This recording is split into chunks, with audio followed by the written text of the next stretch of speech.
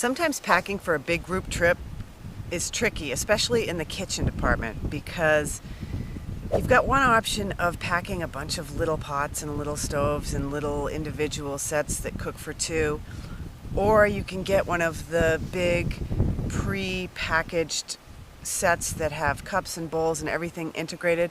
We've tried those, and there's certainly something to be said about the convenience of them. But for the past 4 years, twice a year, I've been packing this kind of custom-made kitchen set when I go on these Editor's Choice trips with my colleagues.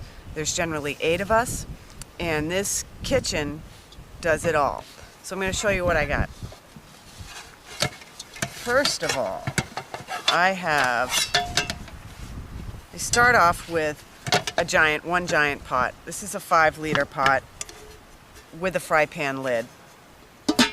And that's key when we get into camp and we want to just quickly get a big old pot of hot water on so everyone can have hot drinks and soup. You need a big vessel. It's just way more efficient. I also have a 3-liter pot, and this one is non-stick, so it's really good if I want to use oatmeal or if I want to do some sort of sauce or something that needs to be cleaned afterwards.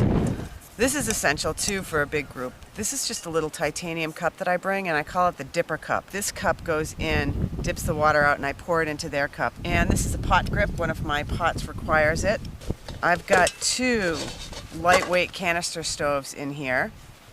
They both use screw-on canisters, so we only need one type of fuel. It's simple and easy. And I keep those in sacks so they don't scar or scratch the nonstick surface. This is my titanium spork. This is my own personal bowl, which I stash in here.